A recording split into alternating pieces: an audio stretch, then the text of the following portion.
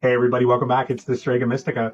Are you an Italian or Sicilian who's confused by the difference between the magical stuff that our ancestors did and the absurd New Age books peddling neo-pagan narratives that just don't seem to match up with your memories of your grandparents, or your great-grandparents, your aunts or uncles? Well, there's a reason for that, and they don't want you to know.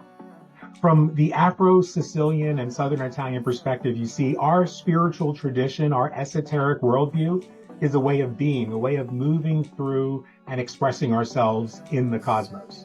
It's a way of self-mastery and cultivation of relationships that are relationships with the plants, the mycelium, the planets and stars, the elements, the spirits that share this world with us, and the way that we work in our daily lives. It's the way that we cook. It's the way that we entertain one another, the way that we welcome folks into our home and encounter folks on the street. And it's our taking on the mantle of fostering an ever-deepening relationship with our ancestors, those folks on whose shoulders we stand so that we can become their hands and their feet and their voice in this world, on this side of the veil. Religion, by contrast, has nothing to do with our culture or ethnicity.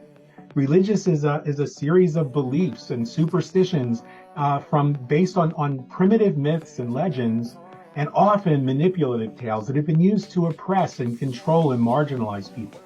So in the modern world, there's some intersectionality there. Certainly, neo-paganism has taken upon itself the major task of trying to create something new, something healthier, something more holistic, an expression that intersects the religious ideology with an esoteric worldview, and that works for some people.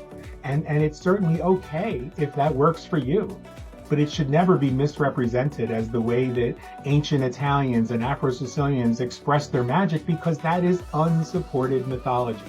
It's not who we are, it's cultural appropriation, and it needs to stop.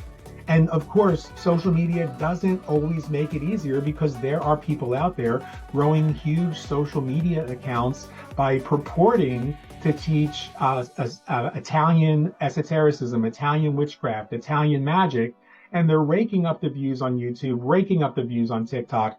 But the truth is, what they're sharing is not authentically Italian or authentically Sicilian.